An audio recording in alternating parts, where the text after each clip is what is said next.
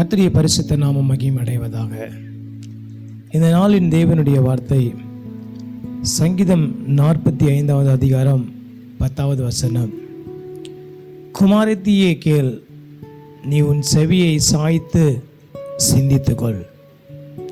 Women's day celebrate பண்ணுகிற இந்த நாளில் கர்த்தருடைய வார்த்தை ஒவ்வொரு சகோதரியும் பார்த்து ஆண்டவர் சொல்லுகிறார், குமாரத்தியே உன் செவியை சாய்த்து என்னிடத்தில் கேள், என்னுடைய வார்த்தைகள் உன் இருதயத்தில் தங்கி இருக்கட்டும்.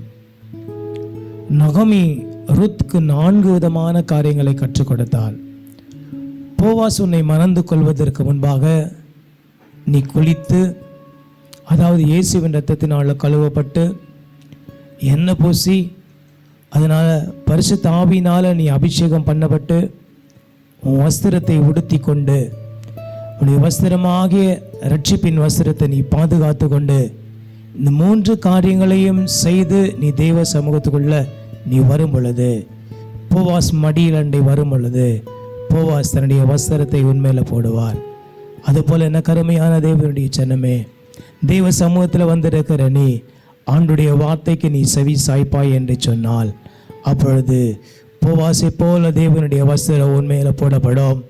நீ இந்த பூமியில் இன்னும் அதிகமாய் ஆசீர்வாதமாய் ஜீவனம் பண்ண பரிசுத்த ஆவியானவர் உனக்கு கிருபை செய்வார். கர்த்தருடைய வார்த்தைக்கு செவி கொடுப்போம்.